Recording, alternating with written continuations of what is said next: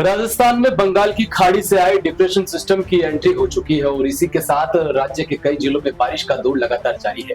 वहीं बूंदी, अजमेर, राजसमंद, पाली, कोटा, प्रतापगढ़, जोधपुर, धौलपुर समेत कई जिलों में भारी बारिश हो रही है। वहीं बूंदी में भी तेज बारिश आफत बनी हुई है, जिससे बूंदी के नेनवा थाना क्षेत्र के दुगारी गांव वासियों की भी नींद उड़ा दी है।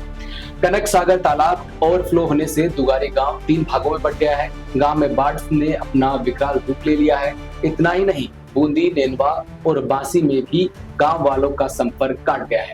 इस प्राकृतिक आपदा में दुगारी मुख्य बाजार को पार करते हुए तेज बहाव में एक व्यक्ति बह गया, जिसे रात 3 बजे तक पानी के बहाव में ग्रामीण ढूंढते रहे।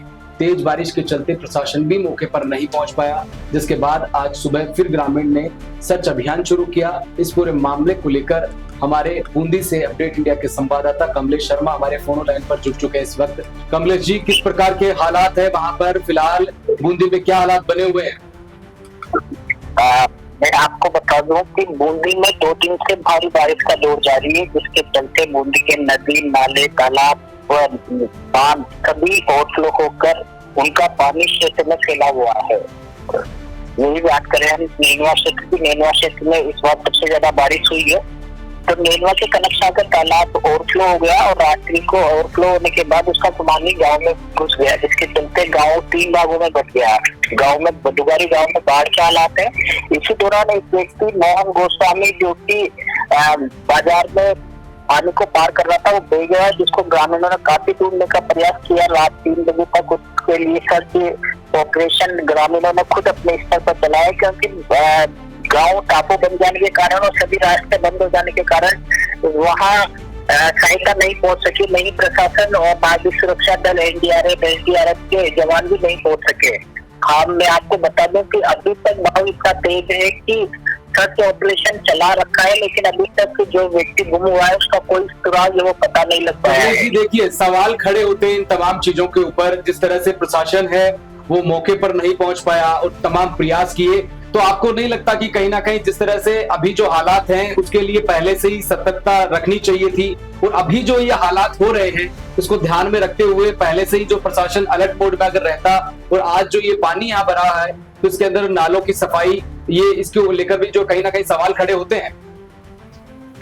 दीपक, मैं आपको बता दूं कि ये हर साल का यही स्थिति होती है। प्रशासन, यहाँ तक कि पंचायत स्तर से ही हम चले तो पंचायत, गांव खुद जो लोग इससे जुड़े हुए हैं या इससे प्रभावित हैं, वो लोग अगले साल के लिए इस तरह की कोई तैयारी नहीं करते कि इस तरह की स्थिति। प्रशासन की बात करें तो प्रशासन केवल सफाई करवा के या उस टाइम पानी को निकाल कर डिक्रीज कर देता है। सबसे बड़ी समस्या है कैचमेंट एरिया में अतिक्रमण। लोगों ने पानी के बहाव क्षेत्र में अतिक्रमण कर घर बना लिए, किसी ने दीवार बना ली और ये रोके, इस कारण ये पानी फैल कर गाँव के अंदर पहुंच जाता है।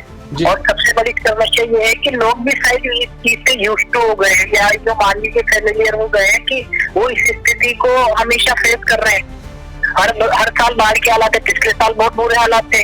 कम से कम भी अगर हम माने तो सप्ताह भर तक पानी गांव में फैला रहा और लोग इससे परेशान रहे। उसके बावजूद दोबारा ये स्थिति उत्पन्न होना प्रशासन की कार्य प्रणाली का कहीं ना कहीं प्रश्न चिन्ह लगाती है। देखिए, बिल्कुल ठीक कहा आपने कमलेश। और देखिए, एक आखिरी सवाल रहेगा आपसे कि जिस प्रकार से तमाम चीजें रही है, प्रशासन जो है वहां पर पहुंच नहीं पा रहा है, यहाँ तक कि लोग हैं वो पानी के बहाव में बहे जा रहे हैं, तो इसको लेकर कलेक्टर और प्रशासन की तरफ से कोई अभी तक कोई संकेत दिया गया है कि जो व्यक्ति पानी में बहा है उसको रेस्क्यू के लिए एसडीआरएफ, एनडीआरएफ ने किसी प्रकार का चलाया है, उसके अंदर उनको सफलता लगी कि नहीं लगी? जी, इस प्रकार की सूचना हमें मिल रही है। जिला प्रशासन के लोग, कलेक्टर, एसपी, वहां तक के जनप्रतिनिधि, पूर्व कृषि मंत्री प्रभुलाल सैनी, प्रधान पदम नागर, थानाधिकारी और जो भी वहाँ के प्रशासनिक उपखंड अधिकारी, ये सब मौके पर पहुंचे हैं। जेसीबी की सहायता से ये गांव में पहुंचे, हालातों का जायजा लिया। एनडीआरएफ, एसडीआरएफ और नागरिक सुरक्षा दल के जो जवान है वो भी पहुंचे हैं। सर्च ऑपरेशन जारी है, लेकिन भाव इतना तेज है कि उसमें सर्च ऑपरेशन का कोई फायदा नहीं मिल पा रहा है। नहीं वो उस तरह से सर्च ऑपरेशन कर पा रहे हैं जिस तरह से उन्हें करना चाहिए। और दूसरी चीज ये है कि व्यक्ति रात को बहाता और उसको बहे अब करीबन 12 से 15 घंटे हो चुके हैं और अभी तक उसका कोई सुराग नहीं लग पाया है। बहुत बहुत धन्यवाद कमलेश जी, इस तरह से बहुत बहुत धन्यवाद, आपने जानकारी दी, तमाम जानकारी बारिश को लेकर जो आपने दी है उसके लिए बहुत बहुत शुक्रिया हमारे साथ जुड़ने के लिए। और इसी तरह से लगातार जिस प्रकार के अभी हालात बने हुए हैं उसी को देखते हुए अगली खबर पर हमारे साथ में जालोर से सुरेश धवल हमारे साथ में जुड़ेंगे अधिक जानकारी के देने के लिए। जालोर में भी बारिश से हालात है वो काफी गंभीर है और साथ के अंदर पुलिस प्रशासन के साथ लगातार जो है जानकारी दे रहा है कि किस तरह से बचाव किया जाए। तमाम चीजों को ध्यान में रखते हुए प्रशासन लगातार संकेत देता आ रहा है। रेड अलर्ट जोन है वो भी जो है घोषित कर दिया गया है और उसी के साथ में अब जो है जालोर से हमारे संवाददाता सुरेश धवल जानकारी देंगे कि किस प्रकार के वहां पर जालोर में हालात है बारिश के और प्रशासन किस तरह से लोगों की मदद कर रहा है। सुरेश, किस तरह के हालात हैं? हमारे संवाददाता जुड़ चुके हैं हमारे साथ में जालोर से। सुरेश, किस प्रकार के हालात हैं अभी जालोर के अंदर बारिश से? किस प्रकार से मदद की जा रही है लोगों की और क्या स्थिति है वहां पर? देखिए, बिल्कुल मैं बताना चाहूंगा 24 घंटे से लगातार जो है जालोर शहर सहित जिले भर में बारिश का मौसम जो है वो बना हुआ था और 24 घंटे से लगातार बारिश हो रही है, जिसके चलते जो जालोर शहर सहित आसपास के गांवों में जो है जोरदार बारिश हुई है। इसके साथ ही शहर की जो मुख्य सड़कें हैं वो बिल्कुल पूरी तरह से खराब हो चुकी है और खासकर जो रेलवे ओवरब्रिज होते हैं वो पानी से लबालब भर गए हैं, जिसके कारण वाहन चालकों को और स्कूल जाने वाले छात्रों को खास तौर पर समस्या का समाधान करना पड़ता है।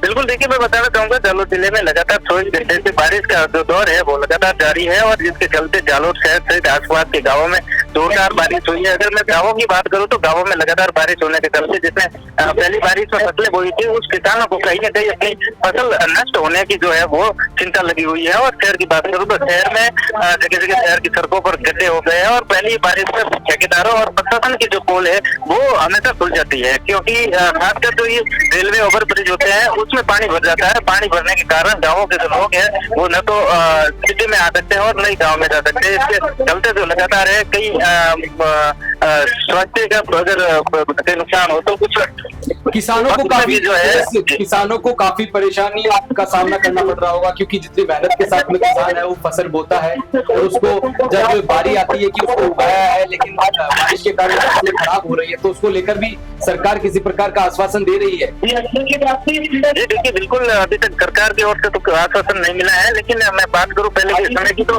किसानों ने जब मुआवजे की मांग की थी तो किसानों के कई लाखों रुपए के बढ़े, लेकिन अभी तक सरकार की या प्रशासन की ओर से और जो बड़ी बड़ी कंपनियां हैं वो पैसे देने की बात करते हैं वो पैसे अभी तक नहीं दिए हैं। और किसानों ने जो अब फसलें बोई है और लगातार बारिश के चलते कहीं न कहीं किसानों को फसलें खराब होने की चिंता भी लगी हुई है। तो अभी कलेक्टर वहाँ जिला प्रशासन ने किस प्रकार के आदेश जारी किए हैं बारिश, तेज बहाव और इन सबको लेकर?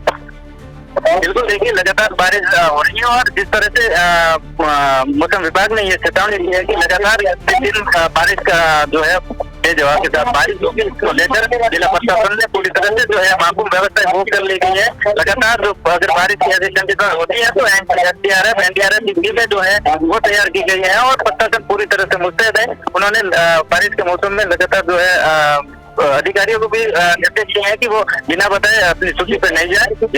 देखिए, बिल्कुल बहुत बहुत धन्यवाद सुरेश, आपने जानकारी दी जालोर के अंदर वहाँ की समस्याओं के बारे में जानकारी दी और बारिश से लोगों से जो परेशान हो रहे हैं बहुत बहुत शुक्रिया हमारे साथ जुड़ने के लिए।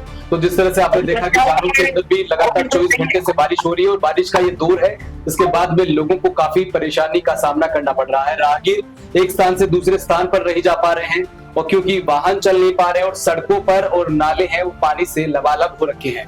शासन और प्रशासन लगातार लोगों की मदद करने के लिए तमाम प्रयास कर रहा है। एनडीआरएफ और एसडीआरएफ की टीमें सतर्क मोड पर है कि लगातार अगर किसी प्रकार की कोई हानि अगर होती है तो उसके लिए तुरंत जो है सुरक्षा के लिए पहुंचने के लिए लगातार प्रयास कर रही है कि अगर किसी प्रकार की कोई मानहानि होती है तो उसके लिए तुरंत वहां पर पहुंचकर और लोगों की मदद की जा सके।